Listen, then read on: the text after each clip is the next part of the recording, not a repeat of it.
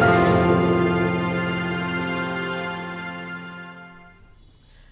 guys, welcome to EduCrave. In the last video, we discussed some of the topics from Chapter 1 Business Studies, Nature and Significance of Management. In this video, I'll be discussing with you the rest of the topics. So let's get started.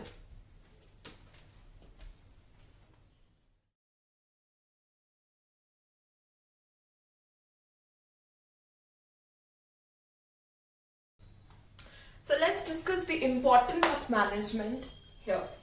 Number one, management helps in achieving group goals. That means a manager, what he has to do, a manager integrates the efforts of all the individuals and help them in achieving the goals of the group. Here by group we mean organization. Organization के goals को पूरा करने में management help करती है because it coordinates the efforts, it integrates the efforts and it helps in achieving the organizational goals. Number 2, management increases efficiency. अब efficiency का मतलब मैंने उस दिन आपको वीडियो में बताया था, that means cost effectiveness, minimum cost के साथ काम करना is efficiency.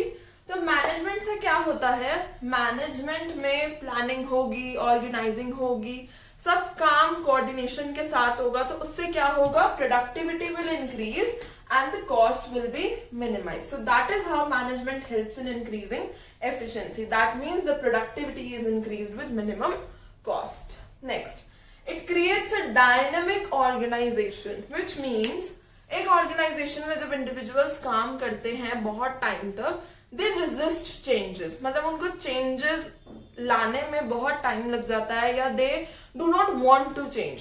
So what management does here is it creates a dynamic organization, which means that it helps the individuals, it helps the employees of the organization to change according to the environment, to adapt to the environment that is outside the organization. That is how it creates a dynamic organization which helps in adapting to the changes that are occurring in the external environment.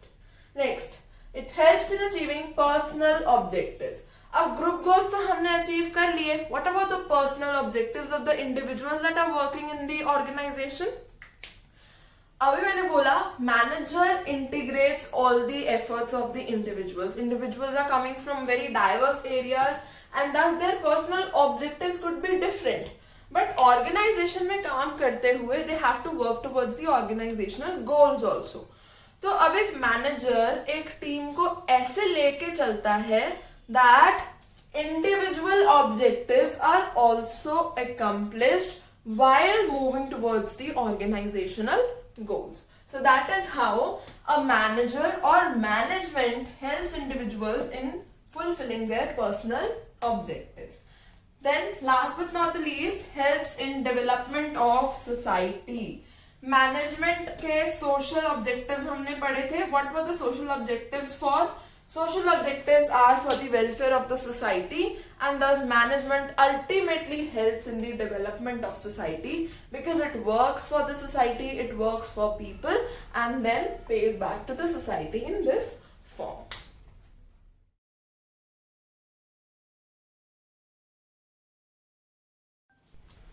Let us now discuss nature of management. Now there is always a debate among management practitioners and otherwise that whether management should be considered as a science or an art or a profession.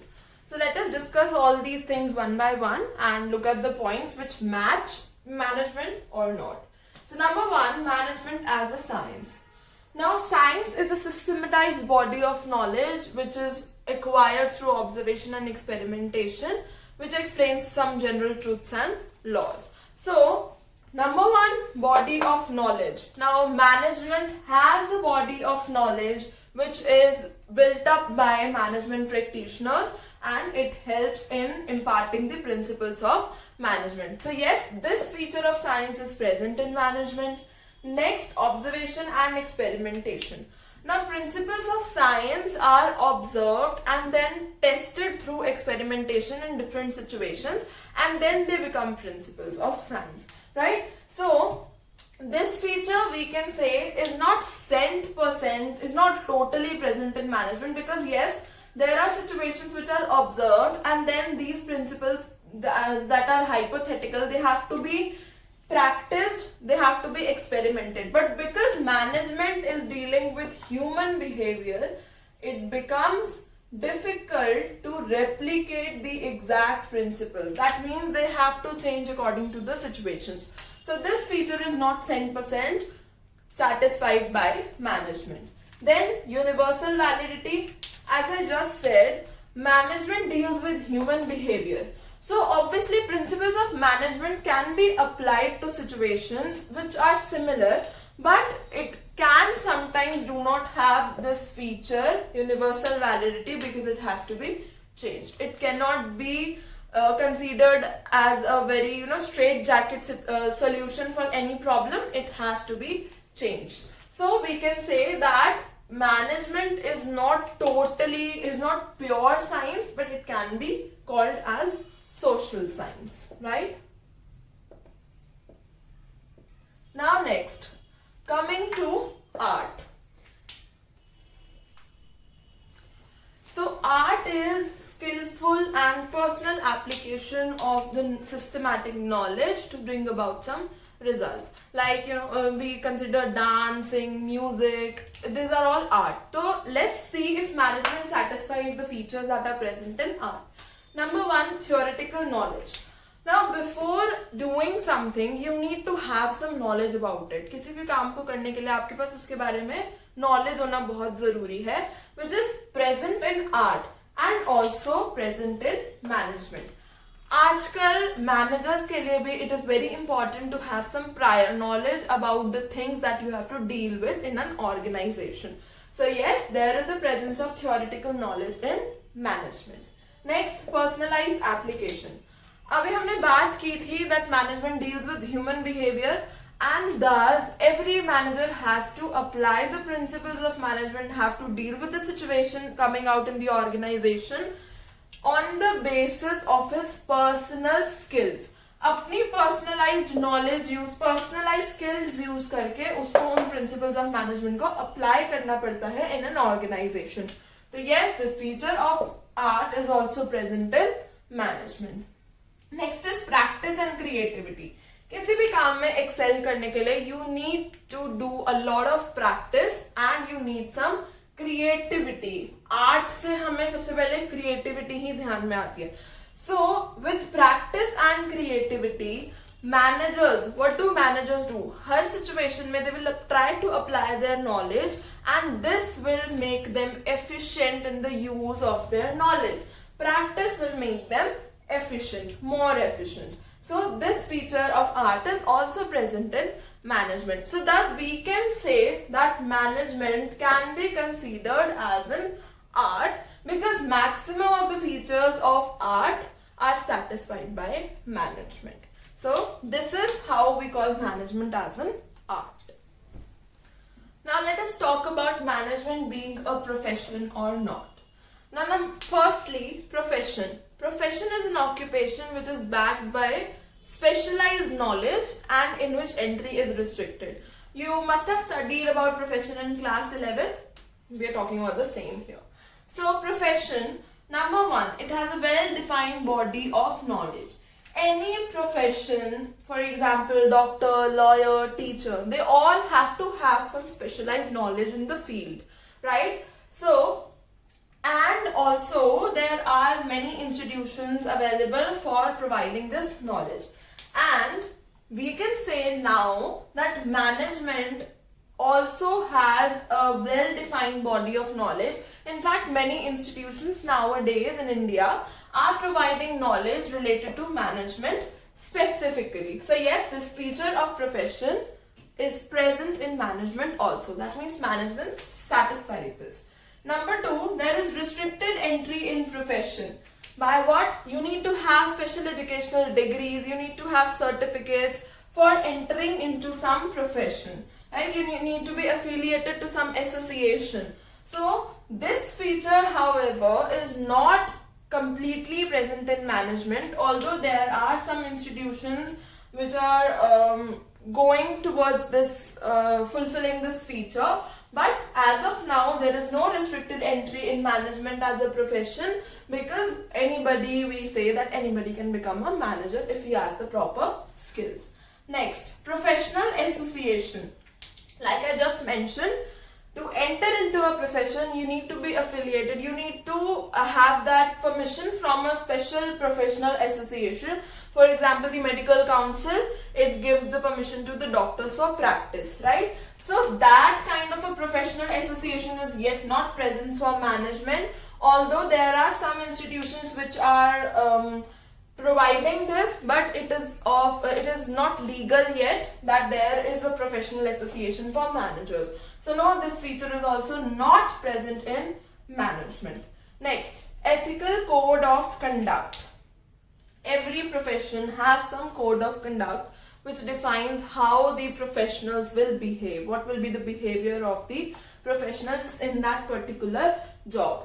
For example, doctors take the oath ethical behavior that they have to perform while on the job. So that kind of an ethical code of conduct is still not there in management. It has to be totally personalized. It is totally dependent on the managers, how they perform and how they deal with the problems, or how they deal with the business, that is, or the organization that they are working in.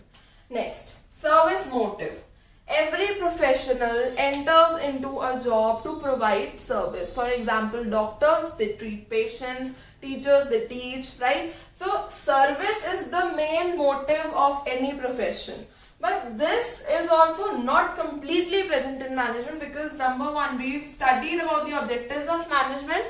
The first and foremost objective of management was to earn profit, for the survival, right? So service motive is somehow secondary for management. Social objective, service motive, that is secondary for management. So we can say that this is not totally present, but somehow management satisfies this feature. So after all this discussion, we can say that management is on the path of becoming a profession. As we see, there are many changes in the field of management also, but it is not yet completely a profession. So it can be converted to a full-fledged profession in the coming years, but it is, as of now, it is not a profession. So this is how we discuss the nature of management. This is how we understand it. Now coming to levels of management. There are 3 levels of management, and they are based on the level of authority and status that the managers enjoy. So the topmost, or the managers with the most authority, are the top level managers, top level management. It consists of CEO, CFO, board of directors, president, general manager. So these are the ones who formulate the overall plans and policies of the organization, who assess the external environment and help the organization to adapt to it. So these are the ones जो सारा काम जो भी top level पे required है for the whole organization. That means also arranging for the men, material and resources that are required to carry on the functions in the organization. So these all tasks are done by top level management. तो ये सब काम होता है top level managers का. Then the middle level managers, who are a link between the top level and the lower level managers. तो इसमें कौन कौन आता है? The departmental or the divisional heads, plant superintendent, the managers like the finance manager, the sales manager, all these are the part of the middle level management. ये क्या करते हैं? जो भी top level policies formulate करते हैं, they assess it, they understand it, and then pass on the information to the lower level or operational managers. They have to integrate the efforts of their employees, of their staff. They have to make sure that they have enough personnel in their departments and that the work is being done in their department. So they are the departmental heads, right? And then coming to the lower level or operational level managers, these consist of the foremen and the superintendents, the supervisors, the ones who are in direct contact with the workers, the ones who are actually performing the work. So they have to take care that the workers are doing their work effectively and efficiently, and also they will take care of any grievances that the workers have. They will pass on any problems, they will ask for the middle level managers of any problems that the workers are having. They will pass on that information and they will try to solve it. So these are the ones who are in direct contact with the workers. So these are the three levels of management: the top level management, the middle level, and the lower or operational level, and it is also called supervisory level of management. And you also have to learn what all these management levels have to perform in the organization. So that's all for this video. A link to the previous video is there in the description box if you want to watch it. And I hope you like the video. Do share and subscribe and put your comments and suggestions in the comment box. Thank you so much. See you next time. Bye.